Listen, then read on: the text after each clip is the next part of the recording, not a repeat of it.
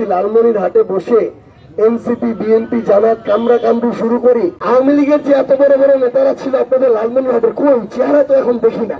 এই জিএম কাদের ইলেকশনের 15-20 দিন আগে ইন্ডিয়া যেত, ক্ষমতার নেগোসিয়েশন করত, অর্থের নেগোসিয়েশন করত, বাংলাদেশে এসে বিড়ালের মতো চুপ হয়ে যেত, ইলেকশন হতো, দামি ইলেকশনে জাতীয় পার্টি বিরোধী দল হতো, আওয়ামী লীগকে তারা সরকার দলের সমর্থন দিত। এই জিএম কাদেররা এখনো কিভাবে প্রকাশ্যে ঘুরে? আমরা সবসময় অন্যকে দোষ দিতে দিতে আমরা নিজেদের দোষটা দেখতে পাই না। পঞ্চগড়ের কৃতি সন্তান, উত্তরবঙ্গের কৃতি সন্তান জনাব সার্জিস আলম ভাই, জনাব সার্জিস আলম ভাইকে এই মুহূর্তে বক্তব্য দেওয়ার জন্য আহ্বান রাখছি। 495টা উপজেলা, আমাদের আত্মপ্রকাশের এখনো 4 মাস হয়নি। বাংলাদেশের নতুন রাজনৈতিক দল জাতীয় নাগরিক পার্টি এনসিপি, আমরা বাংলাদেশের 64 জেলা, 495 উপজেলা কিংবা 5000-এর মতো যে ইউনিয়ন, আমরা প্রত্যেকটি জায়গায় যাওয়াটা অনেক বেশি গুরুত্বপূর্ণ মনে করি। আমাদের মনে হয়েছে অভ্যুত্থান পরবর্তী যে বাংলাদেশের রাজনৈতিক পরিবেশ কালচারের স্বপ্ন আমরা দেখেছি, এই স্বপ্নটা বাংলাদেশের প্রত্যেকটা ইউনিয়নের গণমানুষের কাছে পৌঁছে দেওয়া আমাদের দায়িত্ব। আমরা শুধু একটা রাজনৈতিক দলের প্রতিনিধি না, বরং আমরা এই অভ্যুত্থানের সামনে সারিতে থাকা খুনি হাসিনার দ্বারা ঘটানো সকল নৃশংসতার সাক্ষী, এক একজন সাক্ষ্য। আসলে সেই জায়গা থেকে আমরা বাংলাদেশের প্রত্যেকটি জেলা এবং উপজেলায় যাওয়া শুরু করেছি। আজকে সকালে পাটগ্রাম থেকে আমাদের লালমনিরহাটের এই যাত্রা শুরু হয়েছে, এরপর হাতীবান্ধা, কালীগঞ্জ, আদিতমারি এবং সবশেষে এই সদর উপজেলায়। একটু আগে রাসেল বলছিল যে চারপাশ তো কালপ্রিট, দুর্নীতিবাজ, ঘুষখোর দিয়ে ভরা, সবাইকে আমাদের প্রতিহত করতে হবে। তো কিছু ক্ষেত্রে একমত, আবার একটা জিনিস চিন্তা করলে একমত হতে পারি না যে এই মুহূর্তে বিগত 16 বছরে বাংলাদেশের সিস্টেমটাকে এমন ভাবে কলুষিত করা হয়েছে, খুনি হাসিনা নিজের এলাকা কেন্দ্রিক স্বজনপ্রীতি মাধ্যমে এমন একটা ফ্যাসিস্ট ব্যবস্থা, স্বৈরাচারী লুটপাটের ব্যবস্থা কায়েম করেছিল। আমরা যদি দুর্নীতিবাজ এবং তাদের সাঙ্গপাঙ্গদের প্রতিহত করা শুরু করি, বাংলাদেশের লোক খুঁজে পাওয়া যাবে না বেশি একটা। এই সিস্টেমের সাথে প্রত্যক্ষ পরোক্ষ ভাবে অধিকাংশ মানুষই করাপ্টেড হয়ে গিয়েছে, আমাদের মনস্তত্ত্ব করাপ্টেড হয়ে গিয়েছে। আপনি এটা বলে অনেক সময় গালি দেন যে আপনার যে সদর হাসপাতাল নামে 250 শয্যা বিশিষ্ট, কিছু একটা হইলেই 2-4টা প্যারাসিটামল ধরায় দেয়, অথবা দেখার আগে বলে রেফার টু রংপুর। তো এই যে একটা সিস্টেম হয়েছে, এই সিস্টেমের সাথে অনেক মানুষ জড়িত এবং এই সিস্টেম দ্বারা অনেক মানুষ প্রভাবিত। এখন আমরা আমাদের জায়গা থেকে এই প্রত্যেকটা সিস্টেমকে বা সিস্টেমের সাথে জড়িত করাপ্টেড মানুষগুলোকে যদি প্রতিহত করতে চাই, তাহলে আমাদের এগিয়ে যাওয়া কষ্টকর। আমাদের কোন দিকে যেতে হবে? আমরা আমাদের জায়গা থেকে মনে করি আমাদের 2টা পথে যেতে হবে। এক, কিছু কিছু কালপ্রিট আছে যাদের আমলনামা এমন যে তারা তওবা করলেও তাদের মাফ হওয়ার সুযোগ নাই, জান্নাতে যাওয়ার সুযোগ নাই, তাদেরকে সরাসরি শাস্তির আওতায় আনতে হবে। কিন্তু কিছু কিছু কালপ্রিট, দুর্নীতিবাজের আমলনামার পাল্লাটা একটু হালকা, এই জন্য তারা তওবা করে যদি চায় তাহলে তাদের ফিরে আসার একটা সুযোগ থাকতে পারে। কারণ এমন অনেকেই আছে, আমরা সরকারি অফিস আদালত থেকে শুরু করে প্রত্যেকটা জায়গায়, আমরা পুলিশ সদস্যদের মধ্যে দেখেছি, আমরা আইন বিভাগে দেখেছি, বিচার বিভাগে দেখেছি, প্রত্যেকটা জায়গায় দেখেছি কিছু কিছু মানুষের মধ্যে অনুশোচনা এসেছে। অনেক সরকারি কর্মকর্তা কর্মচারীকে আমরা দেখেছি আমাদের জায়গা থেকে, যারা এখন লজ্জায় মাথা নিচু করে চলে, কারণ তারা অনুতপ্ত যে তারা এতদিন ধরে একটা দলের দালালি করে এসেছে। তারা অনুতপ্ত এ কারণেই যে তাদের সন্তানদের সামনে তারা মাথা উঁচু করে আর কথা বলতে পারে না। তারা অনুতপ্ত এ কারণেই তারা মুখ দিয়ে যাই বলুক না কেন, তার অন্তর তো জানে যে এতদিন ধরে সে আওয়ামী লীগের বিভিন্ন দুর্নীতিকে নানাভাবে আশ্রয় প্রশ্রয় দিয়েছে। তারা অনুতপ্ত ঠিক এই কারণেই, কারণ তারা বুঝতে পারছে যে তাদের যে পরিবার কিংবা তারা যারা রয়েছে তারা এতদিন ধরে যা করে এসেছে, এই করে এসে তার মানসিক যে শান্তি, ওই শান্তিটা আর নাই, তারা নিজেকে আর বাস করতে পারছে না। আমরা প্রত্যেকটি জায়গা, আপনারা যদি এই নীলফামারী, লালমনিরহাট, রংপুর, আমার এই উত্তর অঞ্চলের প্রত্যেকটা সরকারি অফিস, আদালত, প্রত্যেকটা জায়গা, ভূমি অফিস, থানা, হাসপাতাল, যেই জায়গায় দেখেন না কেন, আপনি দেখবেন হয়তো কেউ 100 টাকা নেয়, কেউ 1000 নেয়। মানে কারো হাতটা একটু লম্বা, কারোটা একটু খাটো, কিন্তু কালো হাত দুই একজন ভালো মানুষ বাদ দিয়ে সবারই আছে। কেউ হয়তো হাত দিয়ে নেয়, কেউ হয়তো পকেটটা একটু দেখায় দেবে, পকেটটা পিছনে ওই দিক দিয়ে ঢুকায় দেয়। তো এরকম আমরা অনেক কালচার দেখেছি, বাংলাদেশে এখনো চলছে। এখন আমাদের এগুলো থেকে বের হতে হবে, আমরা সমাধানের পথের দিকে যাওয়া দরকার। অভ্যুত্থান পরবর্তী সময়ে আমরা যদি লালমনিরহাটে বসে এনসিপি, বিএনপি, জামাত কামড়াকামড়ি শুরু করি, তাহলে দিন শেষে লালমনিরহাটের গন্তব্য যেদিকে ছিল, লালমনিরহাট যেমন ভাঙাচুরা রাস্তা দিয়ে উন্নয়নের জোয়ারে ভেসে গেছে, লালমনিরহাটের যেমন স্থলবন্দর খালি নামকাও আসতে, লালমনিরহাটে যেমন এক একটা হসপিটাল খালি নামকাও আসতে, আগামীতে এই নামকাও আসতেই সবকিছু থাকবে। তো এই জন্য দয়া করে এই যে দলীয় কামড়াকামড়ি গুলা, খামচা খামচি গুলা, এগুলা বন্ধ করা লাগবে। আপনারা এখানকার এক একজন বিশাল বিশাল লিডার, বুই কি হনুরে, আবার একটু সামনের দিকে এগিয়ে যদি যান সেন্টারের দিকে, আপনাদেরকে কেউ চিনে না।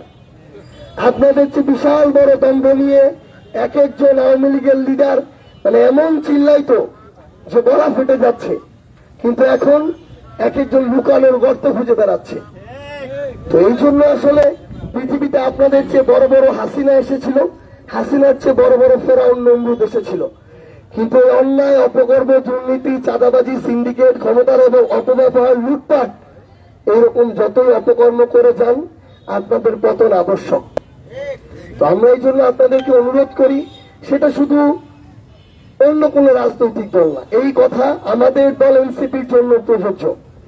আমরা আপনাদেরকে বলি, এই মানুষের টাকা মেরে খাওয়া, এগুলো বাদ দেন। আসলে এগুলা হজম হয় না। আপনি বিভিন্ন ভাবে লাখ টাকা, কোটি টাকা আপনাদের জায়গা থেকে এইরকম করে অসৎভাবে উপার্জন করেন, পরবর্তীতে দেখেন আপনার সন্তান আর পড়াশোনা পারে না, তাকে পড়াইতে হইতেছে মাসে 50,000 টাকা বেতন দিয়ে, এই মিডিয়ামে ওই মিডিয়ামে, তাও পাশ করে না। আপনি দেখবেন যে আমার যে চাচা, ওই যে রিক্সা চালাচ্ছে, টুপি পরা চাচা, উনার মাসে একবারও হসপিটালে যাইতে হয় না, বছরে একবারও চেক আপ করতে হয় না। আর আপনার একবার পেটের মধ্যে সত্য শুরু করলে আপনার সিঙ্গাপুরে যাইতে হয় চেক আপ করাইতে। এই যে মানসিক অশান্তি, এই আপনার অশান্তির চেয়ে আমার ওই রিক্সা চালক চাচার শান্তি অনেক বেশি। তো এই যে আকাম কুকাম করে এই যে বাংলাদেশকে এতদিন ধরে এই জায়গাগুলোতে নিয়ে যাওয়া হয়েছে, আলটিমেটলি লাভ কি? আওয়ামী লীগের যে এত বড় বড় নেতারা ছিল আপনাদের লালমনিরহাটের, কই চেহারা তো এখন দেখি না। তো 2-4 মাস ক্ষমতার আস্ফালন থাকবে, তারপরে 2-4 মাস চোরের মতো লুকায় দাঁড়াবেন, তাহলে তো আলটিমেটলি আপনার মুখে চুনকালি মেখে বা হাতে চুরি করে ঘরে বসে থাকাই ভালো। তো আমরা এই জন্য আসলে অনুরোধ করি, একটা রাজনৈতিক দল হিসেবে না, আমরা আপনাদের অভ্যুত্থানের সহযোদ্ধা ছিলাম। এই অনুরোধ প্রথমত যারা এখানে রাজনৈতিক দলের নেতাকর্মী আছেন, দ্বিতীয়ত যারা সরকারি কর্মকর্তা কর্মচারী আছেন, তৃতীয়ত যারা সাধারণ জনগণ আছেন, কারো দিকে তাকায় থাকলে কোনো কিছু হবে না। সবাইকে নিজেদের কাজটা নিজেরা করতে হবে। খালি নেতার দিকে তাকায় থাকলাম, নিজে আবার খালি নিজের সুবিধাটা দেখলাম, হবে না। খালি পুলিশ ভালো হচ্ছে কিনা তাকায় থাকলাম, নিজে আবার নিজের দরকারে পকেটে 1000 টাকা ঢুকায় দিলাম, হবে না। প্রত্যেককেই নিজের বিবেক বোধটুকু ঠিক রেখে আগামীর বাংলাদেশে নিজের দায়িত্বটুকু পালন করে নিজের কাজটা করতে হবে। আমরা এখানে আজকে একজনও রাজনৈতিক কোনো কাজ করতে আসি নাই, প্রোগ্রামও করতে আসি নাই। আমরা আমাদের সত্যগুলো আপনাদের সামনে তুলে ধরতে এসেছি। সন্তান হিসেবে, ভাই হিসেবে আমরা যে জিনিসগুলো অনুভব করি সেই জিনিসগুলো বলতে এসেছি। আপনাদের খুব কিছু সামান্য কিন্তু বোল্ড কাজ করতে হবে। খারাপ মানুষগুলোকে খারাপ বলতে হবে, এই সৎ সাহস আপনাদের থাকতে হবে। যদি এই সৎ সাহস না থাকে তাহলে খারাপ মানুষদের সংখ্যা দিনে দিনে বৃদ্ধি পাবে, এবং এটার জন্য আপনারাও দায়ী, কারণ আপনারা খারাপটাকে খারাপ বলার মতো সাহসটা দেখাতে পারেন নাই। ভালো মানুষটাকে ভালো বলে সামনে এগিয়ে দিতে হবে, সমর্থন করতে হবে। যদি এটা না করতে পারেন, সেই ভালো মানুষটা খারাপ মানুষটাকে বিট করে কখনো সামনে আসতে পারবে না, এবং ওই ভালো মানুষটা সামনে না আসতে পারার জন্য আপনিও দায়ী, কারণ আপনি তাকে সমর্থন করতে পারেন নাই। এতদিন ধরে এই পুরো বাংলাদেশে আমরা আমাদের দাদাদের দেখেছি, একটা দল একটা মার্কায় ভোট দিয়ে এসেছে, ওইটাতে না দিলে তার মান সম্মান থাকে না। আমরা এরপর আমাদের বাপদের দেখলাম, তারাও দাদার অনুসরণ করে ওই একই দল মার্কায় ভোট দিয়ে এসেছে, না দিলে তারও মান সম্মান থাকে না। এরপরে ছেলের জেনারেশন, বাপের ধারা যদি বজায় না রাখে তারও মান সম্মান থাকে না। এই মান সম্মান নিয়ে টানাটানি করতে করতে এই দেশের অস্তিত্বের টানাটানি শুরু হয়েছে। আমরা আপনাদেরকে অনুরোধ করি, আপনার দাদা যদি যে কোনো ধরনের খারাপ কাজের সাথে জড়িত থাকে, আপনি তো সেটাতে থাকতে চাইবেন না, কিংবা তার যদি কোনো অপরাধ থাকে আপনি কি সেটা শাস্তি নিতে চাইবেন? চাইবেন না। সৃষ্টিকর্তা আপনাকে একটা বিবেক দিয়েছে, এটার সাথে ইনজাস্টিস করবেন না, এটাকে কাজে লাগাইতে হবে।